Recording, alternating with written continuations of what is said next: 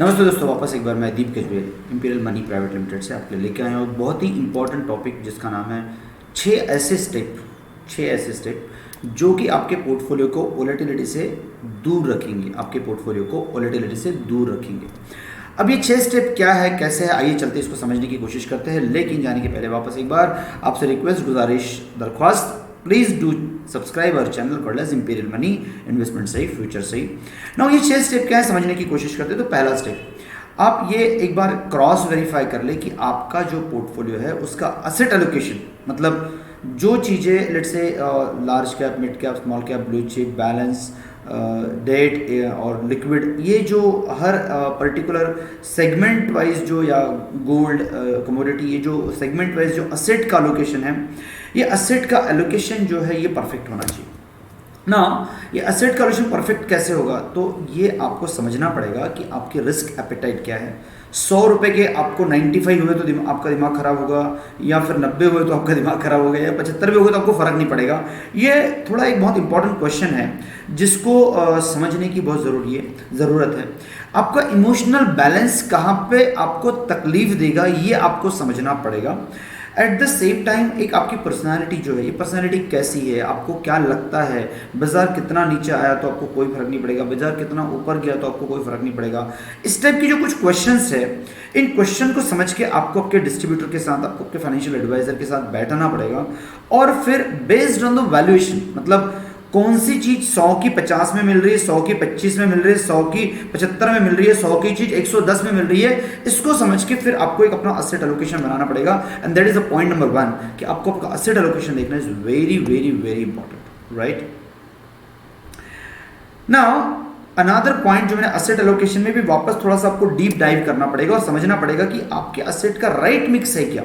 No, right mix का मतलब क्या है? राइट मिक्स का मतलब है बेसिकली, अगर मान के चलो कि एक नॉर्मल पोर्टफोलियो एक blue chip, large cap, mid cap, small cap और डेट और लिक्विड, इसके कॉम्बिनेशन में जाता है, और ब्लू चिप 40-45% का रहता है, लार्ज कैप 10-15-20% का रहता है, आपका जो स्मॉल कैप है वो 10-12%, 15% का रहता है, मिड कैप एक 10-12%, 5-6%, 8% के आसपास का रहता है, और साथ में डेट आपका जो है मान के चलो 10 से 20% के आसपास का अगर डेट रहता है, ये अगर कॉम्बिनेशन है। या गोल्ड थोड़ा सा आपने 2-3%, 4% ले लिया, लेकिन अगर गोल्ड उस वक्त बहुत सस्ता होगा, बहुत लॉन्ग टर्म कंसोलिडेशन के जोन में होगा, वहां से अगर ऐसा लगता है कि नहीं गोल्ड में एक रैली आने वाली है, राइट, तो उस वक्त आपको थोड़ा गोल्ड का एक्सपोजर आपको बढ़ाना पड़ेगा। That is one thing, that is called as a right mix.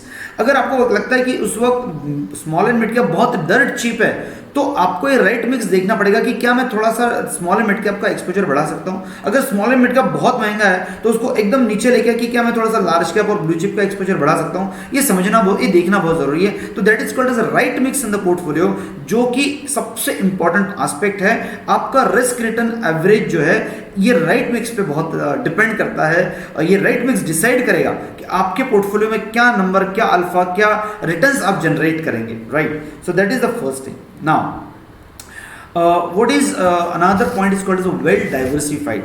Now what is the mean of well diversified portfolio? This is the third point, well diversified.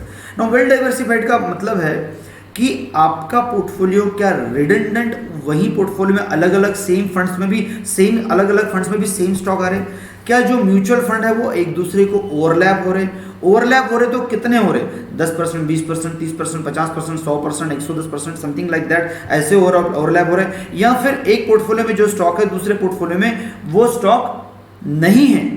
अगर ऐसे ओवरलैप हो रहे होंगे तो ये हमको समझना पड़ेगा कि हमारा जो डाइवर्सिफिकेशन है वो कितने परसेंट के हिसाब से उसके पोर्टफोलियो में हम लोगों ने कैसा उसको डिजाइन किया हुआ है। नहीं तो बहुत बार ये होता है कि मुझे लगता है कि मैंने बहुत वेल डाइवर्सिफाइड पोर्टफोलियो जनरेट कर लिया, बिल्ड कर लिया, खड़ा कर लिया, लेकिन पता चलता है कि अगर मैंने जो 6 फंड लिए थे वो 6 के 6 फंड में 80%, 90% सेम स्टॉक है, तो आपको जो डाइवर्सिफिकेशन का जो बेनिफिट है वो नहीं मिलेगा।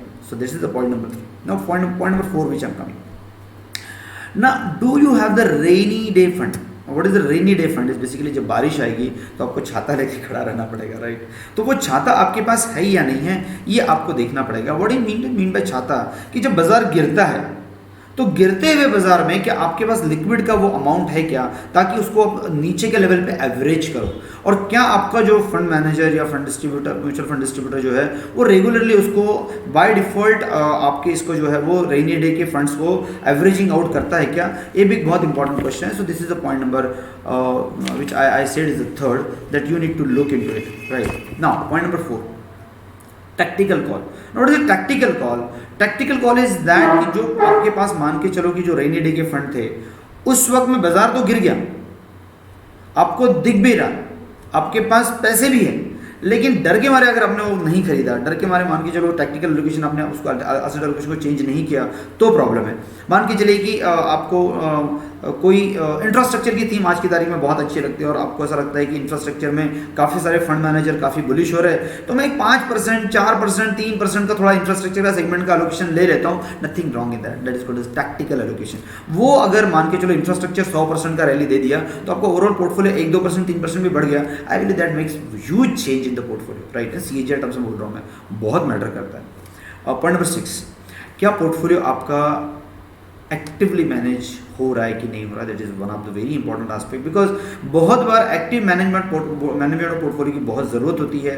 टैक्टिकल एलोकेशन या हमने वेल डाइवर्सिफाइड जितनी भी चीज़ें बताई है, या टाइम पे थोड़ा सा हल्का सा प्रॉफिट बुकिंग जहाँ पे बहुत महंगी चीज़ नज़र आती है वो थोड़ा कर लिया, थोड़ा पैसा वापस से खड़ा कर लिया. इस टाइप की जो चीज़ें हैं महंगे बाजार में, ये वैल्यूएशन की क्या गैप है मेरे पूरे पोर्टफोलियो में, मेरे पूरे पोर्टफोलियो का प्राइस टू अर्निंग कितना है, कैसा मेरा प्राइस टू बुक है, और कैसे मैं उसको बहुत अच्छे से समझ सकता हूँ, सोच सकता हूँ, और कैसे मैं एक डिफरेंट टाइप की थॉट मेरे पोर्टफोलियो के अंदर डाल सकता हूँ, ये समझना बहुत ज़रूरी है. तो active management of portfolio is very very important. And most important is, बहुत लोग 5,000 रुपये की SIP जब करते हैं तो हज़ार रुपये की 5 SIP कर लेते हैं, या 500 की 10 SIP कर लेते हैं. तो एक चीज़ है साहब कि आपका पोर्टफोलियो डाइवर्सिफाइड रहना, और दूसरा कॉन्सेप्ट है साहब टू मच डाइवर्सिफाइड रहना.